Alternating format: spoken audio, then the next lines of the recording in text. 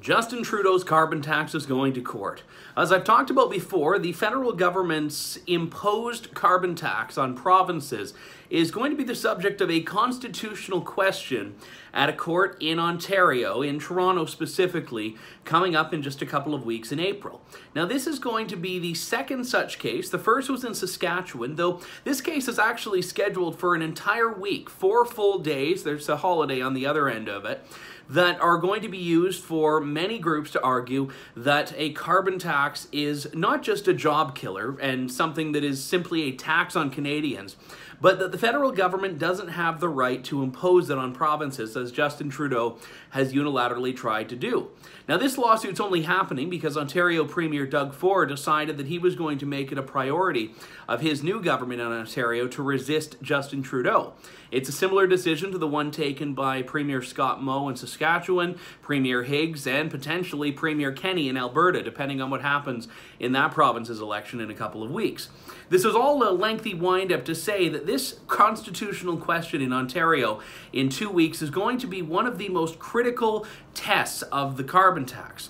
It's going to be more extensive than the Saskatchewan case. It's going to include the Saskatchewan government, which is intervening, as well as other groups like the Canadian Taxpayers Federation and several other stakeholders who are going to be arguing the point that I just laid out for you.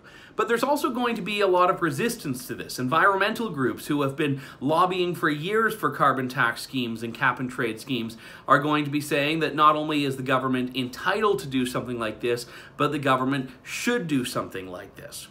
And it may get a little bit dry and in the weeds at some points, but this is a very significant case, and ultimately one that has wide-ranging implications for ordinary Canadians, which is why True North is committed to being there to cover it, and why I personally have committed to being there to cover it.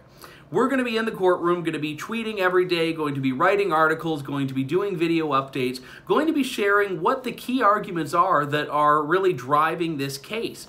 Unfortunately for True North, or fortunately I'd say in the long run, we don't have access to the CBC billion-dollar budget or the Justin Trudeau Media Fund. We are a grassroots effort, which means every dollar we spend is a dollar that comes from people that are backing the work that we're doing. Which is why I come to you with something of an appeal today. We're doing something we've never done before. We're crowdfunding a specific project, which means if you'd like to see this carbon tax trial coverage, if you'd like to see us cover this and share this and get through the mainstream media spin on it, well, you can support it specifically.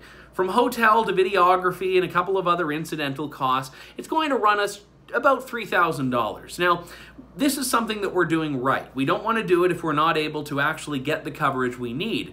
And we just put out a little thing on our website, and already we are 1/3 funded. But I need your help to get to the finish line. If you can chip in $10, $20, if you can chip in $100, $200, it's up to you, but we need your support. We need to break through this mainstream media narrative.